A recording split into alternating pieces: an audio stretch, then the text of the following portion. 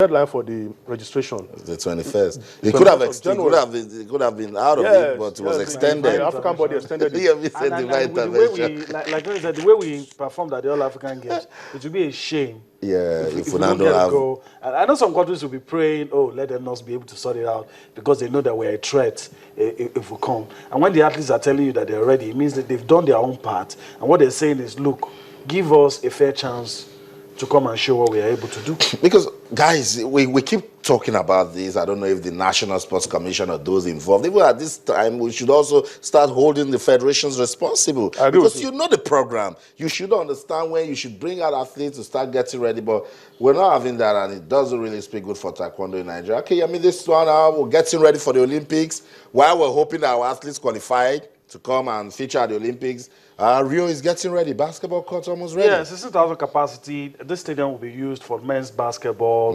Paralympic basketball, Paralympic rugby as well. The mayor of Rio came out to present this, and it has been unveiled, and everything seems to be ready. Although the news we hear and the things making the rounds is that there's going to be a 30% budget cut. And a lot of people are asking questions. Will Brazil be ready? Are we going to see a substandard Olympics? Will everything? But the mayor, you know, defended, said, look, we're not Britain. We don't have the kind of resources London that they were able to put into London 2012. But we can assure you that it's going to be good Olympics. We can assure you that everything. And he says, look, if we have to cut the budget, that's right, we will.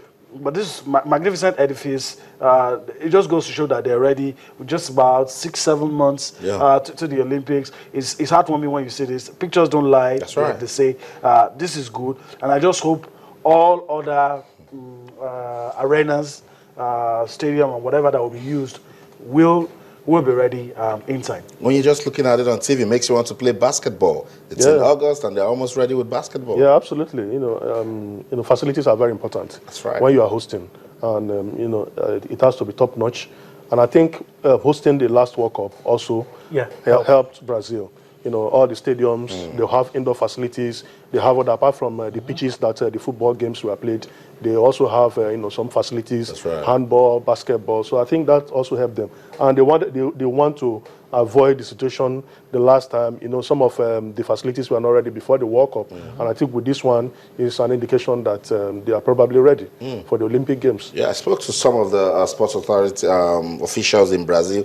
They were already using that window to start preparing for the Olympics. In 2014, they were already getting ready for 2016, you know, and that's the way to go to actually ensure that you put up a good competition, because that's when you say facilities, infrastructure, very, very key. I know they're having issues with water pollution in Rio. I hope that is sorted now. Yeah. That has been a major problem all through last year. Those are the things we're reading about Rio, about how they want to clean up the water, and that's going to be a major dent, because, you know, a lot of sporting events would take place in and around the water.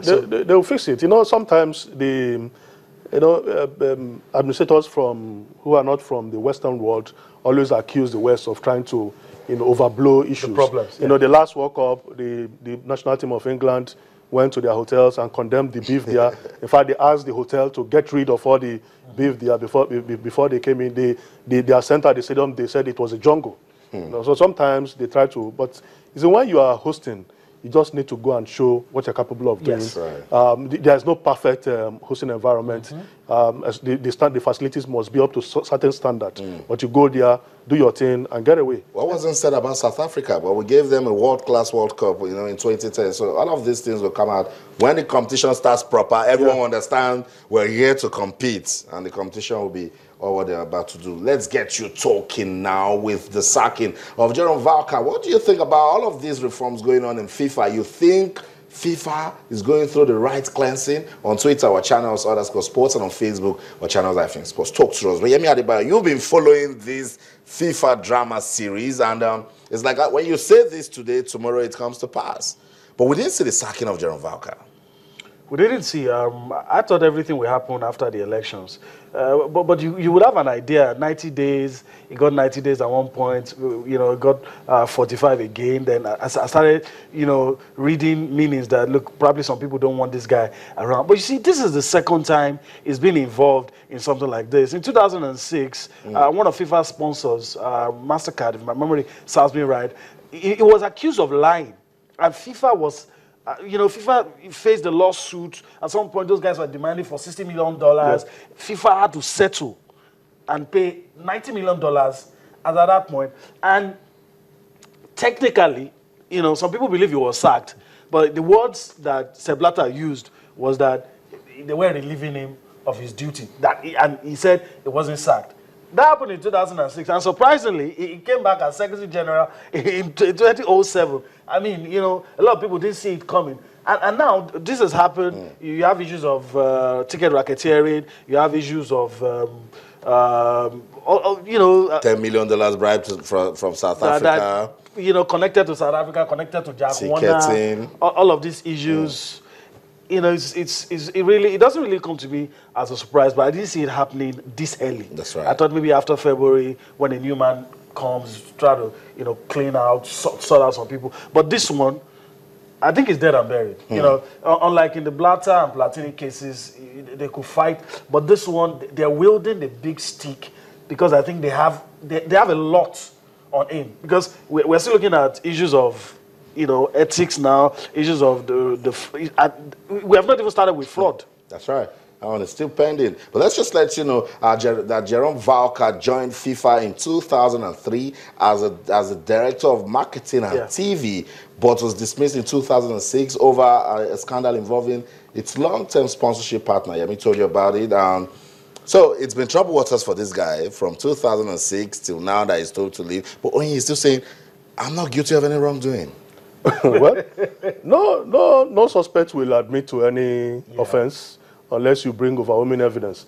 What has simply happened to Jerome Valcke is like, you know, when the servant has an issue with the master and he can't fight the master, he will maim the master's favorite goat.